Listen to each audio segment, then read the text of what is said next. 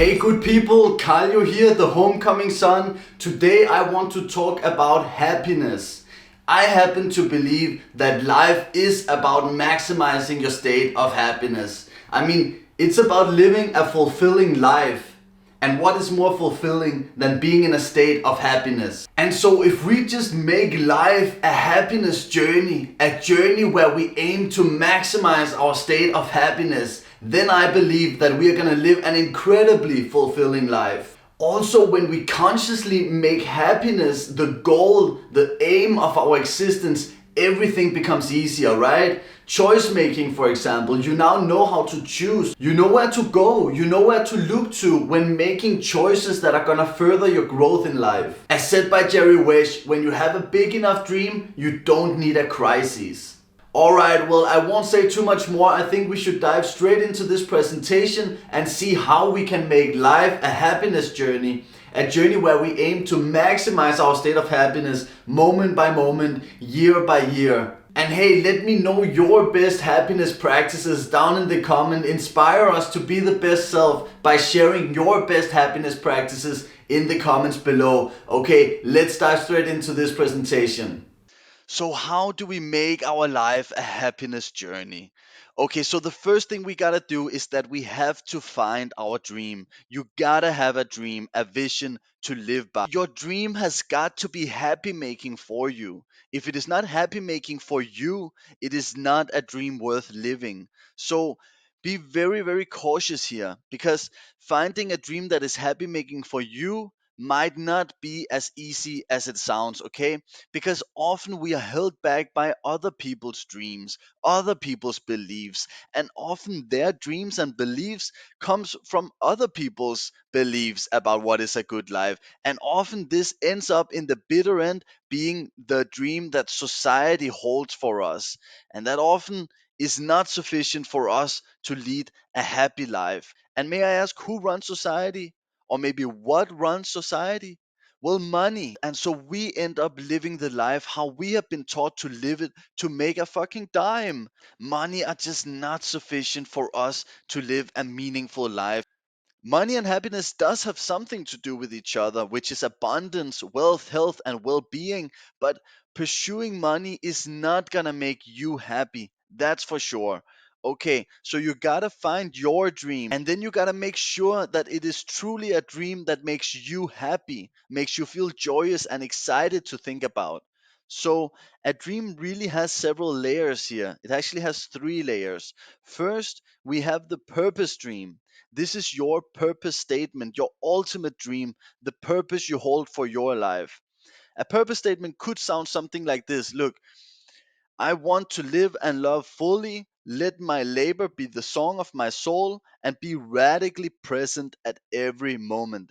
That's how a purpose statement could sound like. Now, realize that this is not something very concrete, right? This is not something easy to go at. Like, what do you need to do to make this happen? So, but it is great at giving you a purpose, and that's exactly what it should do. And when you have a purpose, now you can narrow down into the next layer. The next layer of your dream is to find that near term dream that can keep you motivated in the here and now. So, this is the transient dream because it changes all the time. That dream could sound something like this: realize independence in my health, wealth, and happiness, right? You need to achieve this to get to your purpose. So, you see, this is a much more specific goal and much easier to get at. And like that, the purpose layer of the dream is settled and cut in stone, while the second layer, the transient dream layer, is temporary, transient, until fulfilled, and a new dream will take its place to further your growth into realizing your ultimate dream, your life purpose. Great. Now, we still need even more motivation because, life is tough, man. We get a lot of things thrown at us all the time, every single day, and so we need to have even more motivation, even shorter term dreams. And so this is the process goal, the third layer. And the whole point with the process goal is to have it very near term so that it can keep us motivated. So you can have several process goals just towards your transient dream, the second layer of your dream. Um, We could even have one a month or one a week. I mean, it really depends on you and how much motivation and how near term you need to have your process goals. And a process goal could sound something like this. In 1 month, I wish to know how to cook dishes that will keep me nourished and healthy. And then in 2 months, I wish to have increased my lean muscle mass by 10 pounds and lost some belly fat. So you see how this process goal directly relates to realizing the transient dream. You see how this process goal directly relates to the transient dream and ultimately the purpose statement. You need to know how to cook healthy food for yourself, and then this person needs to put on some muscle mass and lose a little belly fat to realize the health state of this transient dream. Now let's go to how you effectively use choice making to realize your dream. So I already covered this quite extensively in an earlier video called the 4 principles of self mastery, which you can watch by clicking this link up in the top right corner right here. But essentially what we have to do is that we have these three choices in life. This is comes from the Czech Institute and is very good at use choice making effectively. These are the only three choices that exists. Now we always want to take the optimal choice. The optimal choice is the choice that is best for us and the members on our dream team, which we will get to in a moment. Now, if we can take the optimal choice, then we should choose to do nothing. The choice of indifference here. And only if we are completely unable to choose the optimal choice, unable to return after doing nothing and back and taking the optimal choice in that choice making situation, then we should take the choice of the suboptimal. The suboptimal choice is what only benefits us, but not the people around us that helps us realize our dream team. Here you will see why that is. So as you can see here, the optimal choice leads to progression in our evolution, while the choice of doing nothing naturally halts our evolution until hopefully we are able to return back and take that optimal choice and progress our evolution. Now, only the suboptimal choice regresses our evolution. And why is well, as I briefly mentioned before, it has to do with our dream team. So let's look and clearly define what is a dream team. The thing is that we can't go through this life alone. We can't realize our dreams alone. It simply won't happen. We are co creating with the people around us. And to make sure you have the resources you need to realize your dream, you gotta have a dream team. So, the dream team are the people around you helping you in realizing your dream. Okay, so now we can return back and understand why the suboptimal choice regresses our evolution, right? Because we can't go the distance alone. And if we keep making choices that only benefits us in the long run, we will fuck up our relationships to the most important people in terms of helping us realize our dream and live a happy life. And so now we can return back and understand why the suboptimal choice regresses our evolution, right? Because we can't go the distance alone. And if we keep making choices that only benefits us, well, in the long run, we will fuck up our relationships to the most important people in terms of helping us realize our dream and live a happy life. So, those are your three choices. Get familiar with them, write them down, and then use them to help you make effective choice making. Okay? Super, super important, very useful tool. Now, let's define our happiness core values. So to be a man with integrity, you gotta know what you stand for, right? If you don't know what you stand for, how can you stand in integrity? Now, to know what you stand for is to have core values. Those are the things you stand by. Now, I already made a video on our inner doctors and how important it is to ally and work with these inner doctors since they are our key to thriving health. And again, that is the video that you can find right up in the corner there. But it is extremely important to remember that it only is your body that creates health. No doctor do it for you, okay? It is your body and your body alone.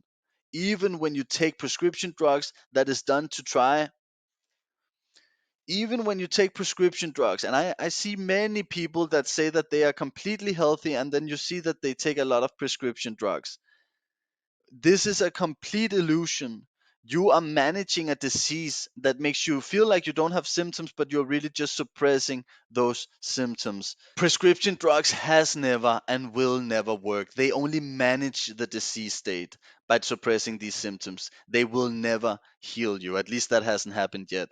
So the only way to effectively heal and return to thriving health is by allying the inner processes, the inner doctors, which make your health happen moment by moment. And that is to work with your body and not against it. Unfortunately, the lifestyle that we live, the default Western lifestyle, is working against nature. So we need to learn how to work with it to manifest health. So Dr. Happiness is one of these doctors, and he is the one we consult when it's about creating happiness in our life. So we ally him and work with him by creating core values within his field and then stand by these core values. So now, what are your happiness core values? What is happy making in your life? That's the question. Ask yourself this and then come up with values like it could be this: being outside in nature, increasing wisdom and freedom, taking it easy, having time to wake up in the morning, going to concerts, being with family and friends, keep on learning and growing. You see, this is all values that is keeping a certain person happy, right?